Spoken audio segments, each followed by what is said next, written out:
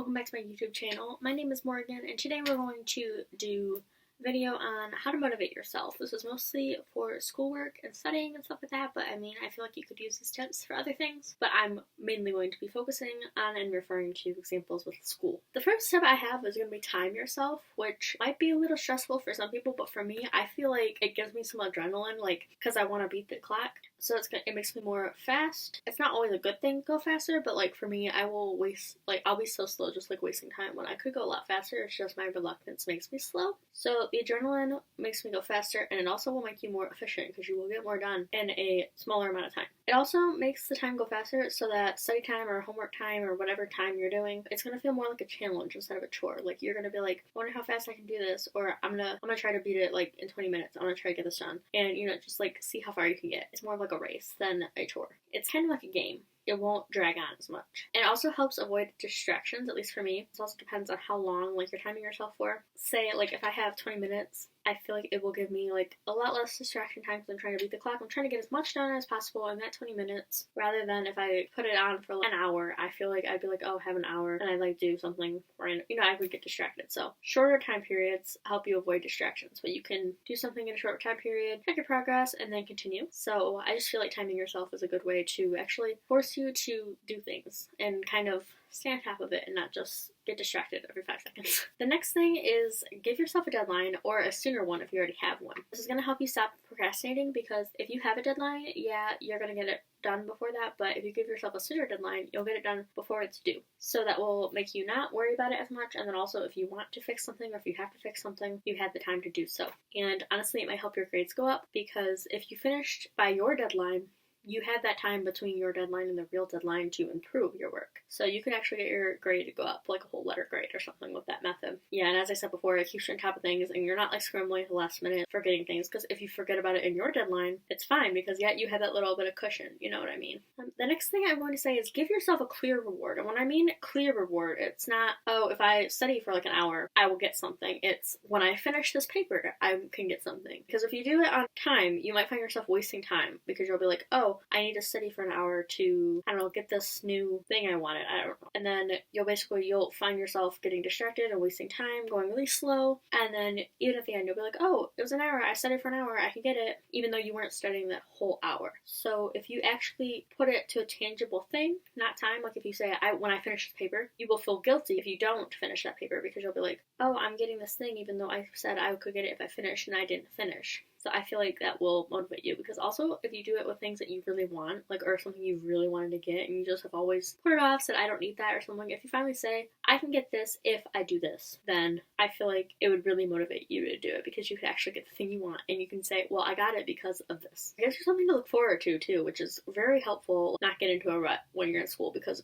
school constantly weighing down on you and then everything else that you have to deal with, obligations and stuff can really get to you. But if you have some goal in mind of like, if I just do this, I can get this. I don't know, it's just nice to, reward yourself like that. And it just feels so good once you actually do it and once you actually get your thing and you know that you worked for it and you didn't just get it, We'll give you less guilt. Plus, you get a good grade out of it. Win-win. Another thing that really helps me is I'm going to say to change your surroundings. If you're easily distracted, try to find a place that won't distract you. I know that's like common sense, but like if you're easily distracted, don't sit like at the busiest part of the building, Like go somewhere where it's quieter, people are more focused, like the library, for example.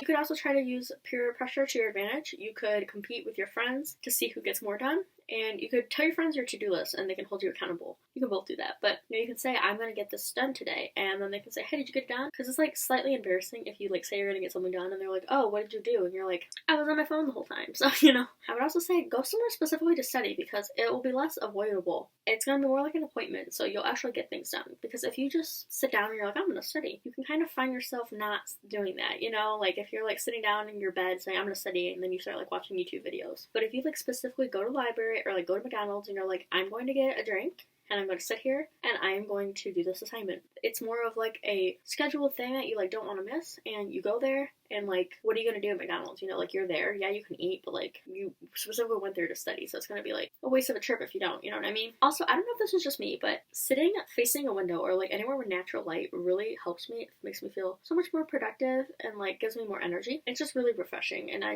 would just recommend, if you're feeling kind of stuck and unmotivated, go sit by a window. I don't know if there's a scientific reason for that, but I always sit by the window. Also, I would say make sure you only have what you need out. If you're writing a paper, say online, that's the only thing I can think of, I don't know, I'm sorry. But if you're writing a paper, full screen of the document, only have what you need open. Don't have YouTube or Facebook or whatever the heck like in the corner on another tab on your desk. If you are taking notes, literally only have your notebook, a pen, and maybe a highlighter, or like some like the things you need. Don't have like an eraser if you're using a pen. Don't have like a glue stick. Just only have the necessities. And if you need something else, get it out. Don't have like all the stuff cluttering you. It'll just be a lot easier. The last thing I'm going to say is just be practical when you're planning things out in advance. Try to plan productive time when you'd actually be productive. Don't be like, I'm going to get up at like 5 a.m. I'm going to get ready. I'm going to study at like 6, and then I'm going to hurry up and I'm going to go to the gym, and then I'm going to go to school. Like, if you know you're not going to bed until like midnight, don't plan on doing that. You know, like, be reasonable.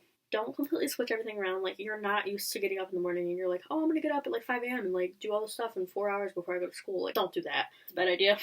Even on the other side too, like not even getting up early. For me, this is my personal thing. I'm not going to go to school after a 10-hour day. I'm not going to come home and then I'm not going to like hurry up and do homework or whatever. I'm going to be wanting to go to bed, you know? Or even going to school and then going to work like right after. Don't plan to do that much between like times like that, you know what I mean? Because yeah, you can fit something in, but don't plan overboard, you know? Yes, things like that could happen. You could get more done than you realize, but be realistic. You might be burnt out by that time, you might be tired, you don't know what's going to happen. Give yourself some wiggle room. You might not be as productive as you hoped for. Just try not to be overly ambitious. And things can come up. What if you get sick? So you always want to be prepared. Or if a friend asks you, like, hey, do you want to go to the movies? Like, you don't want to be like, oh no, sorry, I can't. Like, you don't want to miss out on things just because you're studying, you know? You always want to have some wiggle room. Also, it would be nice to have the room, because if you miss like one day of studying, you don't want to be completely behind. So if you give yourself some wiggle room, it will make sure you're not constantly working. You know, you can have a little fun. So I hope you found this video useful, and I will see you in my next video. Bye, guys!